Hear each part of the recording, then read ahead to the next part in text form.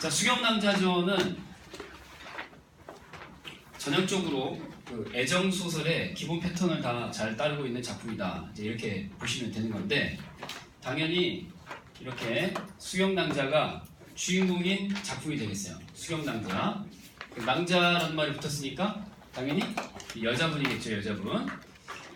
그래서 이거는 대표적인 이 애정 소설에 해당한다. 애정 소설. 그것도 뭐 사랑을, 뜨거운 사랑을 담고 있기 때문에 뜨거울 염자 이렇게 넣어가지고 염정 소설이다, 이렇게도 얘기하는 작품 되겠습니다. 자, 이게 특이한 것은 이원론적 세계관을 기본 바탕에 깔고 있는 작품이다 라는 점에서 주목할 만한 점이 좀 있어요. 그래서 자, 이렇게 한번 써두신 다음에 그 앞 페이지 있잖아요. 121페이지 101페이지 101페이지 여백 많이 있잖아, 그렇지? 101페이지 여백 많이 있죠? 그 부분에다가 써두시든지 아니면은 뭐 100페이지 앞쪽에 99쪽이랄지 99나 그다음에 101쪽 이런 여백에다가 판서하는 내용을 따라 적도록 하겠습니다.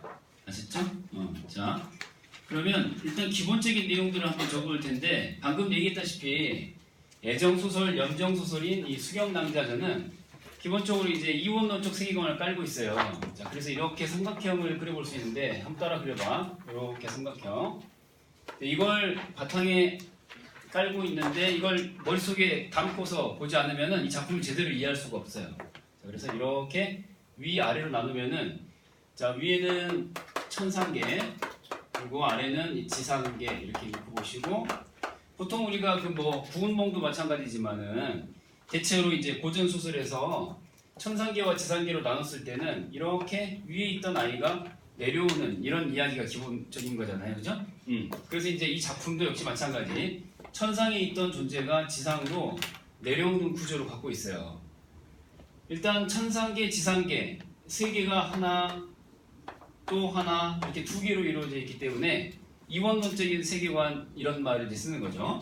자, 그래서 여기다가 이원론이라고 한번 써보시고, 이게 이제 기본입니다. 그리고 다시 하나의 세계인 천상계에서 또 다른 세계인 지상계로 유배를 내려온단 말이죠. 죄를 지어서 유배 내려온다. 한자로 두 글자로 뭐라 그래요? 적강. 유배갈 적자에다가 그다음에 내려올 강자. 그래서 적강 소설류에 해당한다. 적강. 유배 내려온다 라는 뜻이에요. 자, 그래서 이제 천상에 살던 존재 두 명인데, 예, 선관, 그 다음에 선녀, 선관선녀, 신선관리 줄임말 선관이라고 보시면 돼요. 도교적 세계관이 여기 깔려있다라고 봐야 되겠죠? 선관선녀가 이렇게 있었는데, 이 선관은 특별히 하는 역할이 비를 내리는 일, 제때에 비를 내리는 일을 하는 선관이었어요. 그런데 비를 제때에 내리지 못한 결과, 죄를 짓고 이제 유배를 내려오게 되는 거죠. 선관은 밑에 들어와서 선녀가 바로 누가 됩니까? 선녀가 곧 수경이 되는 거고요. 수경아, 잘 봐야 되겠다, 그지? 수경. 자, 수경이 되는 거고요.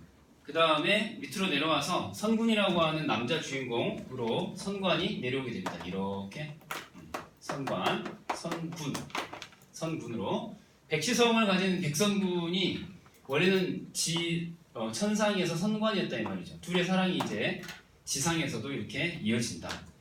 특이한 점은 이제 이건데, 여기서 끝나는 게 아니고 옥황상제가 이렇게, 옥황상제, 옥제라고 할게요. 옥황상제가 이 둘이 지상에서도 이렇게 만나는 광경을 쭉 지켜보다가 결국에는 이제 수경이 나중에 여차여차해서 자살을 하게 되는데, 즉 사망에 이르게 되는데, 죽은 수경을 다시 살려내요. 재생시킨다. 다시 살려낸다. 끊임없이 이제 이 천상계가 지상계하고 연결돼 있어요, 단절돼 있어요? 연결돼 있다라는 것을 보여주는 장치 되겠어요. 일단 이거를 알고 계셔야 돼. 응? 수경낭자전 그러면은 천상계, 지상계, 이원론적 세계관. 자, 그래서 선군이라는 존재가 원래는 천상계에서 누구? 선관이었다라는 거. 수경이 원래는 선녀였다. 선녀. 자, 일단 이게 기본이고요. 그 다음 줄거리를 쭉 정리를 할 텐데, 자, 백공이라는 아빠가 있습니다. 아빠 이름이 이제 백시성을 가진 인물인데 시골 선비야. 자, 시골 양반인 백공하고 아이를 제때에 또 낳지 못하겠군이라고 예상이 되죠, 그렇죠? 맞아요. 나이를 먹어도 얘를 못 낳아. 자, 그래서 이제 뭐 불공을 들이다가 결국은 정씨하고의 사이에서 아이를 낳습니다. 그게 이제 누구예요? 선군이라는 거죠. 선군. 자, 선군이라는 인물을 이제 자식으로 얻게 되는 건데, 선군이 어느 날 이제 꿈을 꾸는 거예요. 자, 꿈속에서, 자, 선군이 꾼 꿈속에서 아리따운 이 선녀를 만나게 됩니다. 이렇게 꿈속에서 이렇게 선군이 이렇게 선녀를 만나게 됩니다. 선녀. 이 선녀가 다름 아니라 누구겠어요? 네, 수경입니다. 수경이. 자, 너무너무 아름답고, 그러니까 홀딱 반해가지고, 이렇게 너무너무 아름다우십니다. 뭐 이렇게 하면서 이렇게 선녀가 있잖아, 너 나 마음에 들어하는 것 같은데, 너 있잖아, 나 찾으려면은 옥년동에 찾아와. 나 거기 있을 거야. 거기에 한번 찾아와 봐. 이렇게 얘기를 하고요. 선구는 꿈에서 깬 다음에 병을 얻게 되죠. 자, 무슨 병? 상사병을 이제 얻게 됩니다. 이렇게. 옥년동으로 찾아오세요. 이렇게 모든 여성분들이 이렇게 여지를 주면서 헤어지죠. 뭐 번호 좀 어떻게 알 수 있을까요? 아니, 그게 아니고 저는 좀 그런 거 잘 몰라서 이렇게 하면서 어디로 오시면은 제가 베스킨라빈스에서 뭐 매주 월수 2시부터 4시 사이 알바를 하는데 그리 오세요. 뭐 이런 느낌으로 옥년동으로 오려는 거예요. 자, 그래서 이제 이렇게 이게 제1장면이라고 기억하시고요. 숫자 1이라고 써놓을게요. 숫자 1. 자, 숫자 2로 넘어갈게요. 이제 두 번째. 자, 꿈에서 깨어난 선군이 상사병 걸려가지고 시들시들 하니까 지문 수기 보면 뭐라고 나왔어요? 수능완성에도 물론 나와 있었던 것 같은데, 이게 너무너무 시들시들해가지고 죽은 사람처럼 이게 된 거야. 안색이 창백해지고 해가지고 상사병 걸리니까. 백공이 막 걱정을 하는데 안심을 시켜줍니다. 대신에 이제 선군은 어디로 가냐면 진짜로 이제 옥년동으로 찾아가는 거죠. 말을 타고 이렇게 찾아갑니다. 어디로? 옥년동으로. 제2장면입니다. 숫자 2 써보시죠. 자, 옥년동으로 찾아가는 건데, 이 옥년동이라는 공간 자체가 되게 특이한 공간입니다. 여기서 선녀가 마치 그 돛 닦는 느낌으로 있잖아요. 예전에 그 우리나라 당군 신화에도 보면 어때요? 그 호랑이하고 곰하고 뭐 며칠 동안, 100일 동안 이렇게 쑥하고 마늘만 먹고 지내면 사람이 된다고 그러잖아요. 얘는 사람이 되기 위해서 그런 게 아니라 선녀가 되기 위해서 돛 닦고 있어요. 거의 그 돛 닦는 느낌이라고 생각하면 돼. 그래서 이제 꿈속에서 만났던 선녀, 즉 누가? 수경이가 3년 기약으로 이렇게 3년 기약으로 돌을 닦고 있는 공간인 옥년동으로 찾아간 거예요. 자, 옥년동이라는 공간이 그런 공간이에요. 자, 이렇게 체크해 보시고, 자, 옥년동이라는 공간에서 수경이 3년 기약으로 돌 닦고 있는데 지금 누가 찾아왔어요? 선군이 찾아와가지고 애걸복걸을 하는 거예요. 나랑 좀 사귀어주라. 나랑 결혼해주라. 애걸복걸 해가지고 3년이 다 뭐냐. 지금 당장 나랑 결혼하자. 나 이렇게. 그래서 결국은 수경이 이렇게 선녀가 돼서 천상계로 올라갈 수 있었음에도 불구하고 누구 때문에? 선군 때문에 옥년동에서 선녀가 되지 못하고 결국은 뭐예요? 한 남자의 여자로 머무르게 됩니다. 결혼. 말에 태워가지고 수경낭자를 말에 태워가지고 집으로 데려오는데 아버지가 자식 이기는 부모 없다고 이 선군 아들의 말을 들어줍니다. 결혼해라. 별 수 있냐? 이렇게. 자, 그래서 이제 결혼에 이르게 되는 건데 이 과정에서 빨간펜 꿈에 한 번만 나타나는 게 아니었어요. 사실은 꿈에 1탄이 있고 그 다음에 또 2탄도 있었어요. 1탄 꿈에서는 반해가지고 상사병에 든 상황이었는데 두 번째 꿈에서는 이 선녀가 뭘 주고 가요?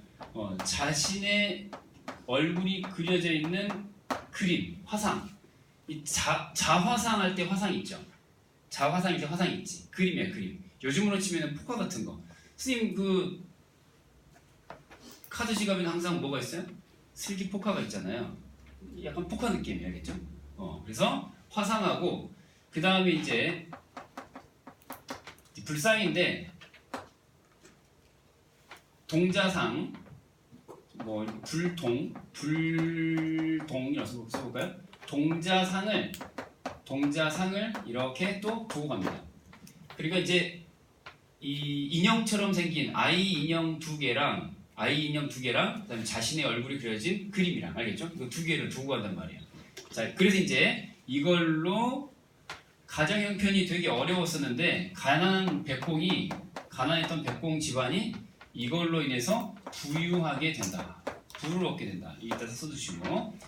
그래서 이제 이 작품 속에서 꿈속에서 만난 선녀가 건네준 이 금동자하고 그 다음에 화상하고 금동자하고 그 다음에 화상하고 이게 소재가 금으로 만든 동자이기 때문에 금동자 이렇게 지문에 이렇게 나와 있어요. 금동자. 그래서 금동자상과 화상이 신기한 물건이기 때문에 주변에 사람들이 관람료를 내고 이제 이거를 보러 오는 거예요. 저 집에 가면은 신기한 물건이 있다더라. 그러면서 관람하고 난 다음에 돈을 막 주고 가는 거죠. 지문 속에 이제 체단 이렇게 나왔는데 비단이라고 생각하시면 돼요. 비단 등의 관람료를 내고 이렇게 구경하고 돌아가는 덕에 이제 가난에서 벗어나서 부유하게 된다. 이런 뜻이에요. 자, 이제 이런 과정이 있었어요.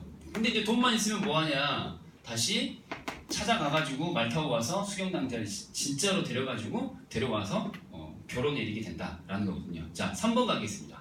자, 지울게요 이제.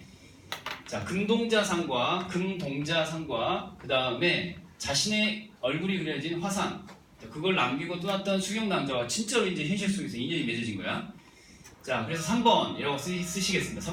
3번. 제 3장면에서는 이제 8년 후예요. 8년 후 이제 결혼해가지고 몇 년? 8년이 지난 다음에 아이를 둘을 낳았어요. 그래서 선군하고 수경낭자 사이에 아이가 둘이 있는데 딸내미 이름이 이제 되게 좀 특이합니다. 춘향이 동생 느낌이에요. 그래서 아름다운 이름은 아닌데 춘향이하고 그 다음에 예전에 보면 또 저 서커스단 유명한 서커스단 그 뭐 조선시대 마지막 일제강점기에 어떤 생겨나가지고 이렇게 우리 조선의 마지막 서커스 느낌인 그 서커스단 이름이 있었는데 동춘 서커스라고 혹시 들어본 적 있어요? 물론 저도 이제 할아버지 할머니한테 전해드린 건데 이 동춘 서커스한테 동춘이라는 인물 아들 이름이 또 동춘이에요. 이제 이렇게 놓고 잘 살고 있었는데 8년이나 지내놓고 보니까 이제 뭐예요? 가난에서 벗어났고 그죠? 살 만큼 잘 살고 있는데 이제 선군이한테 아버지가 요구를 하는 거죠. 야 아들아 올해 과거를 시행한다는데 부는 우리가 누리고 있으니까 좀 관직에 나가서 명예를 떨쳐볼 생각 없냐. 그러면서 과거를 보러 가라고 독려합니다. 그래서 이제 한양으로 가서 과거를 보게 됩니다. 이렇게 과거를 보러 집을 비운 사이에 남편이 없으니까 며느리가 이렇게 외롭게 살아가고 있다 짠하게 생각하고 있었는데 이 선군이 떠나가는 날 당일부터 벌써 수경이 그리워지기 시작해가지고 수경이 그렇게 이쁜가 봐요. 수경이가 너무너무 이쁜 수경인가 봐. 그래서 남편이 애 둘을 낳고 8년이 지났는데도 과거 보러 가는 그 순간 그날부터 당일부터 헤어지기 너무 괴로운 거야. 너무 보고 싶은 거지. 이런 사랑 현실에 있을까요 없을까요? 절대 없어요. 알겠죠? 결혼하고 8년이 지났는데 헤어진 당일에 보고 싶어가지고 가던 길 멈추고 다시 돌아와서 하룻밤 더 자고 가는 거거든요.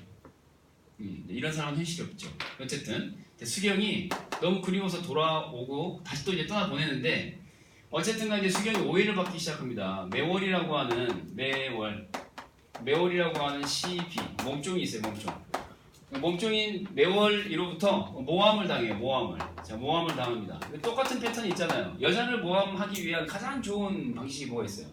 외간 남자를 집안에 끌어들여다가 그 광경을 시아버지나 뭐 시어머니가 목격하게 한다. 이런 거잖아요. 똑같은 패턴이에요. 그래서 그렇잖아도 이제 뭐 아들이 한양으로 떠난 줄로 믿고 있었는데 그날 밤에 수경이 방에서 뭔가 뽀시락뽀시락 소리가 나니까 의심을 하고 있던 차에 진짜로 떠나간 이후에 이상한 남자를 이 방 안에 들여서 사실 그렇지 않은데 모함을 하는데 성공하죠. 메오리가.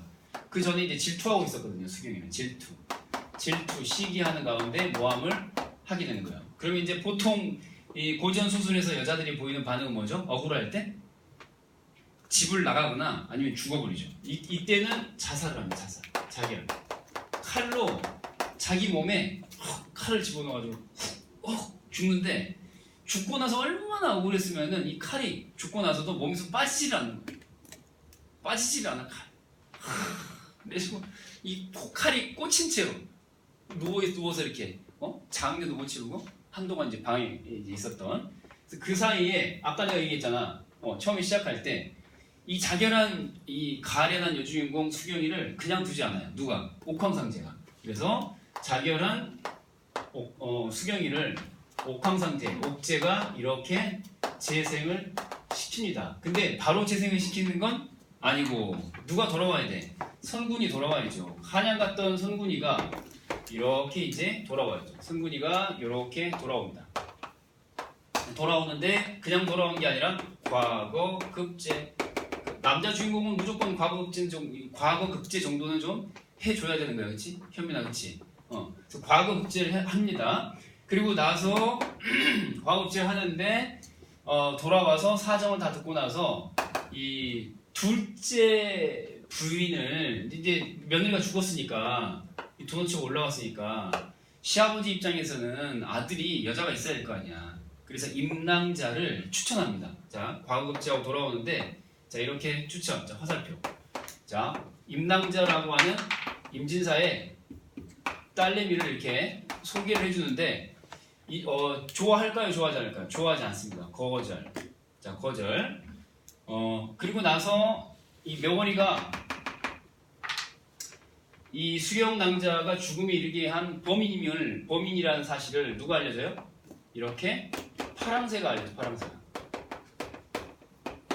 파랑새가 메오리가 범인이라는 사실을 죽음에 이르게 한 범인이라는 거를 파랑새가 알려줍니다. 그래서 과거급제하고 돌아온 선군이가 메오리를 이렇게 처단을 합니다. 이렇게. 그리고 나서 옥황상제가 개입하여 살아난 누구? 수경이하고 다시 러브러브 하게 된다라는 거. 이게 이제 기본 틀이 되겠습니다. 이렇게 전체적인 이야기는 이렇게 전개가 되는데 사실 이제 이걸로 끝이 아니고요. 아직 끝이 안 났어요. 왜냐면 천상에서 내려온 존재들이잖아요. 그래서 다시 천상으로 돌아가야 돼요. 그래서 80세가 되는 해에 자 4번이라고 써. 4번. 선군이하고 누구하고 사는 거야. 마누라가 2명이야 2명. 그래서 이렇게 왼쪽 오른쪽으로 자, 임남자가 있고요. 그 다음에 수경남자가 있고요. 이 둘 사이에는 이제 아들을 1명 낳았고요. 아까는 이제 봤듯이 아들 딸 다 있었고요. 그래서 이 세 명이 동반 승천을 하게 됩니다. 이렇게 승천. 언제? 선군의 나이 80세에 세 명이 동반 승천하게 됩니다. 이렇게 이야기가 마무리된다는 것까지 알고 계셔야 할 것 같아요. 열심히 설명 들었는데 어떡하냐. 시험에 나와버렸어. 4월 교육청에. 그러면 대수능에 나와 안 나와? 안 나와. 이 새끼 공부한 게 아무것도 의미가 없네? 라고 생각하면 돼? 안 돼? 안 돼. 수능에 안 나오는데 지문 분석할 연습 상대로는 또 의미가 있어요. 알겠죠? 그래서 자, 그 지문을 한번 보도록 할게요. 줄거리를 암기하는 건 별로 의미가 없고요. 지문으로 가셔가지고 지문 분석 연습용으로 한번 활용하시는 게 좋을 것 같아. 자, 이렇게 이제 쭉 정리를 했는데 지문 속에서 말이죠. 그러니까 EBS 수능완성에 실려있는 지문 위주로 이제 보면 좋은데 혹시 수능완성 책 있니 지금? 수능완성 책 다 챙겨놨어? 혹시 없는 사람 손 들어. 없는 사람. 오케이. 그럼 이건 이따 2교시 때 보는 걸로 하고 우리 교재에 있는 부분 먼저 볼게. 교재에 있는 부분. 자, 딱 봐봐. 교재 앞부분 봐봐. 앞부분 보면은 방금 설명드렸던 줄거리 중에서 어느 부분에 해당된다는 거 딱 느낌 오니 이거. 어느 부분인 것 같아? 얘가 집을 나갔대잖아. 남자가 집을 나갔을 때는 둘 중에 하나야. 여자 아니면 돈이야. 알겠어? 여자 아니면 돈 때문에 나가는 거야. 왜 나갔어? 여자 때문에 나간 거 아니야. 그래서 집을 나간 아들 선군의 소식을 알지 못했다 그러잖아. 자, 그래서 이제 근심, 걱정 밑줄 딱 그어두시고. 집을 나갔다라고 했는데 어디로 갔을까요? 옥년동에 갔겠지. 근데 돌아왔단 말이에요. 그래서 곧장 집 안으로 들어와서 자 바로 처리.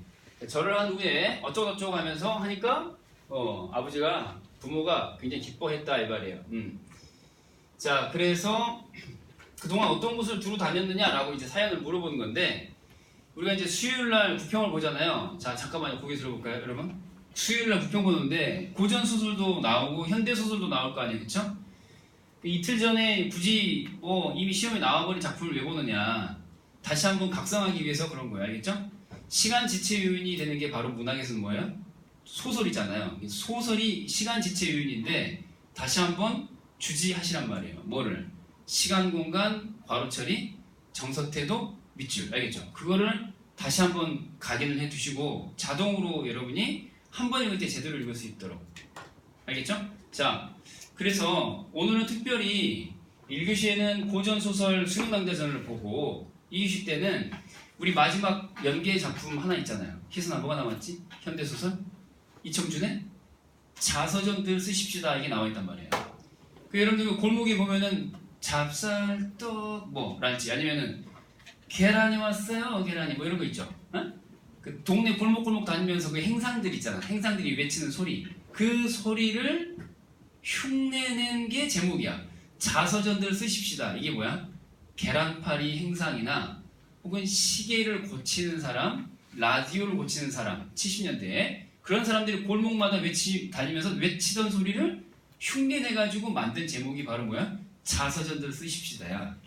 근데 이청준 선생의 작품의 일반적인 흐름이 무슨 토속적이고 전통문화 이런 거 아니야. 엄청나게 다양해요, 주제가. 그래서 우리가 보게 될 그 자서전들 쓰십시다라는 그 현대소설도 대단히 관념적인 요소를 또 갖고 있어요. 그래서 그 설명이 좀 필요한데 구평 직전에 보는 이유가 있습니다.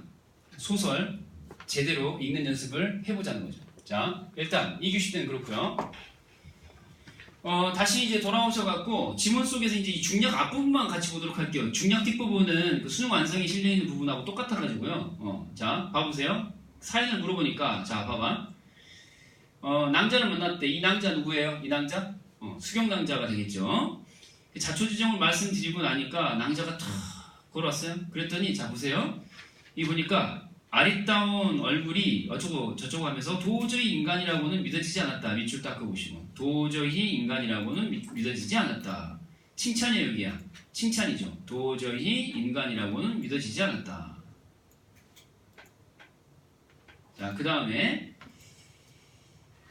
꿈인가 생시인가 하면서 기뻐하면서 애지중지하고 어쩌고저쩌고 이렇듯 선구는 한시를 떨어지지 않으면서 어쩌고저쩌고 하면서 자 8년이라는 세월이 흘렀습니다. 자 괄호 처리 볼게요. 8년.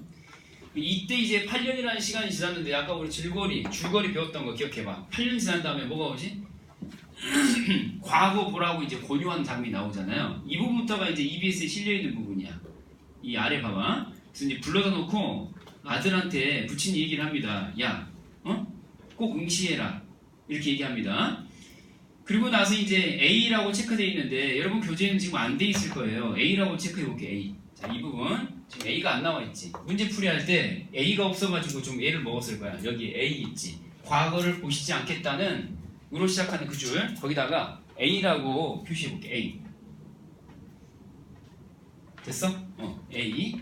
A라고 표시할 거야. A. 여기가 A 시작이야. 그럼 A 끝이 어디냐 했더니 쭉 밑으로 내려가셔가지고 두 번째 대화하는 거 있잖아. 그 수경 남자가 두 번째로 그 대화 말하는 것 끝 있지. 여기가 이제 돌아오시기 바라옵니다. 여기가 이제 A의 끝이 되겠어요. 자, 여기 찾을 수 있겠어? 오케이. 여기가 A 부분이야. 여기 이제 이유를 이제 대는 건데 당신이 그 과거를 보러 가야 하는 이유가 이러저러한 이유가 있습니다라고 이제 말하는 부분이거든요. 그래서 옆에다가 빨간 펜으로 한번 써볼게요.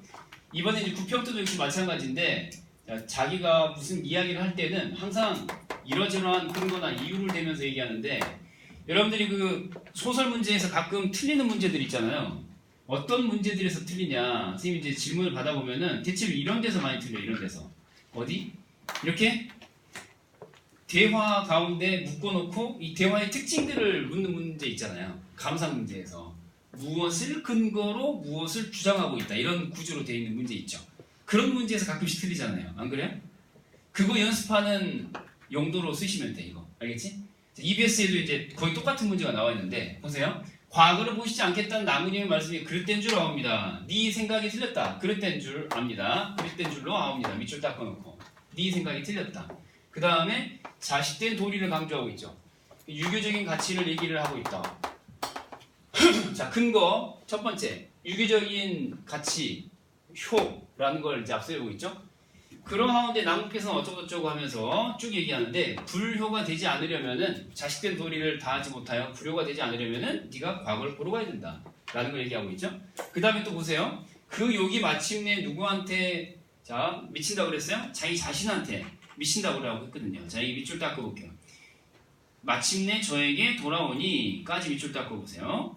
여기까지. 마침내 저에게 돌아오니 그 욕이 그러니까 첫 번째는 이 유교적 가치로서의 효라는 걸 근거로 얘기한다면 두 번째는 나한테도 비난의 화살이 돌아오니까 네가 꼭 응시를 해야 되겠다. 그래서 사회적인 비난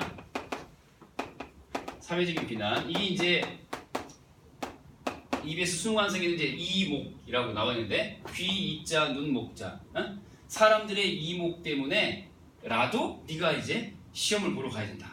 뭐 이런 얘기를 하고 있어요. 자, 그리고 또 보시면은 남의 웃음을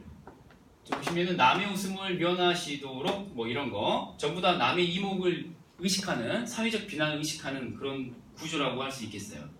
자, 그리고 하나 더 특이한 게 뭐냐면은 네가 있잖아. 지금 이번에 시험 보러 가가지고 만약에 과거 급제 못하면은 나 죽어버릴 거야. 뭐 그런 얘기가 나와요. 자, 찾아보세요. 두 번째 큰 따옴표 안에서 급제하지 못하면 어때? 너는 나 죽어버릴 거야. 알겠지? 저는 결코 살지 아니할 것 밑줄 딱 그어주시고. 자, 이런 부분에다가 실전에서 만나는 표현이다. 그럼 여기 밑줄이 딱 그어져 있어요. 저는 결코 살지 아니할 것이다. 너 급제 못하면 나 죽어버릴 거야. 여자가 이렇게 했을 때는 엄청 떨리겠죠? 시험이 잘 보겠죠 이제. 자, 그러면 이제 문제로 가볼게요. EBS 수능 완성이 나와 있는 여러분들 문제를 이미 풀었을 테니까 EBS 수능 완성이 있는 건 이미 풀었을 테니까 그 뒷부분은 아마 읽었을 거예요. 자, 68번 문제로 내려가 볼게요. 68번 위클에 대한 이해를 적절한 것은 이라고 했는데 첫 번째 문제 유신아 첫 번째 문제. 자, 첫 번째 문제. 자, 백상군 부부는 수경의 용모를 보고 매우 흡족해했다. 밑줄 그어놨지. 아까 우리 뭐라고 밑줄 그었더라? 승현아? 이 세상 사람 같지 않았다. 사람 같지 않았다. 그치? 졸라 아름답다고 했고 이 세상 사람 같다고 하지 않았잖아. 그 부분 다 밑줄 그어져 있었잖아. 그치? 그럼 이제 우리가 문제 풀 때 이번 구평에서도 밑줄 그어 놓으면은 그게 기억이 잘 나요. 그리고 또 만에 하나 기억이 안 났다 할지라도 여기 보세요. 백상군 부부라고 나왔잖아.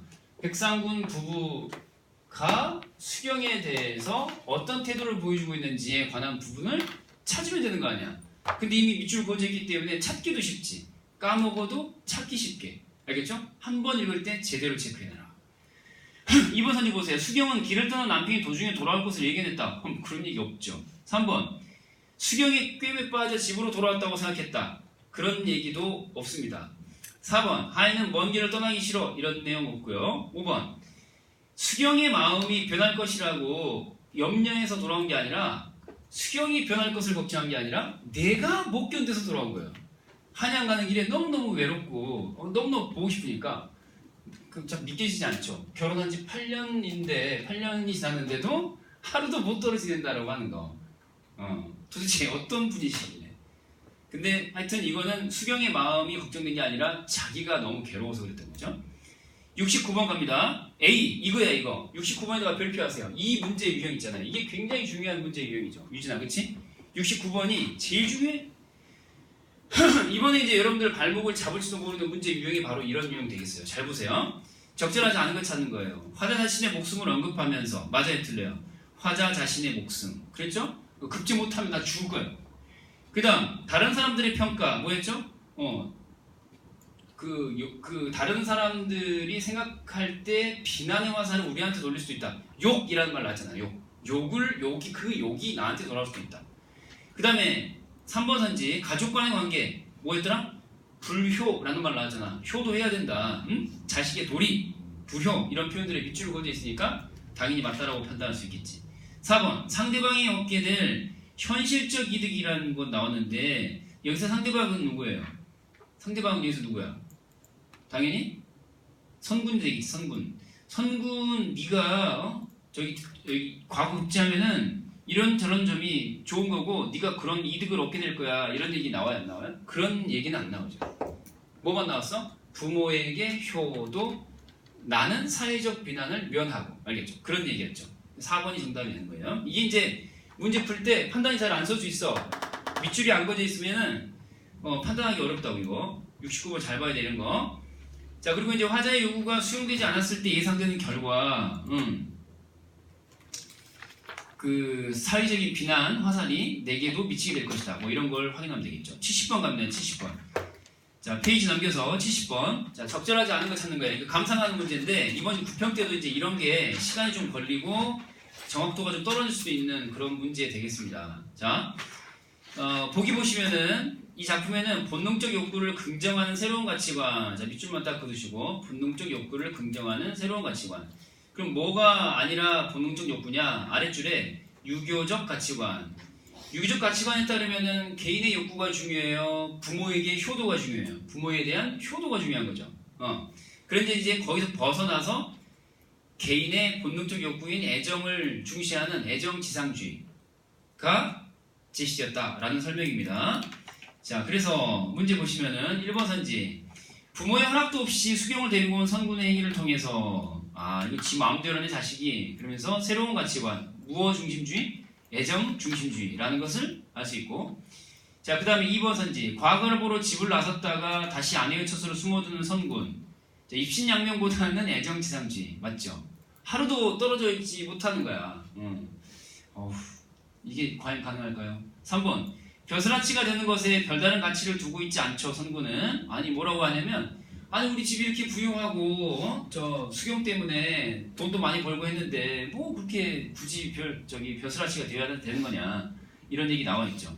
4번 과거 시험과 아내 사이에서 갈등하는 선군의 모습을 통해서 상반된 가치관이 혼재된 당시 상황이 인물에게 미친 부정적 영향을 할 수 있다라고 했네요. 자, 인물에게 미친 부정적 영향이라고 말하면 안 되겠죠. 왜냐하면 이거는 자 보세요. 여기 뭐라고 하냐면은 이 인물의 태도를 애정주상주의라고 할 때는 유교적 가치관을 중시할 때 개인적 본능적 욕구를 추구할 때 개인의 본능적 욕구를 추구할 때를 얘기하는 거거든요. 그래서 부정적 영향이 아니라 이 사람이 주체적인 그 삶을 살아가는 그런 모습이다라고 이제 얘기를 해야 되겠죠. 정답은 4번이 되겠습니다.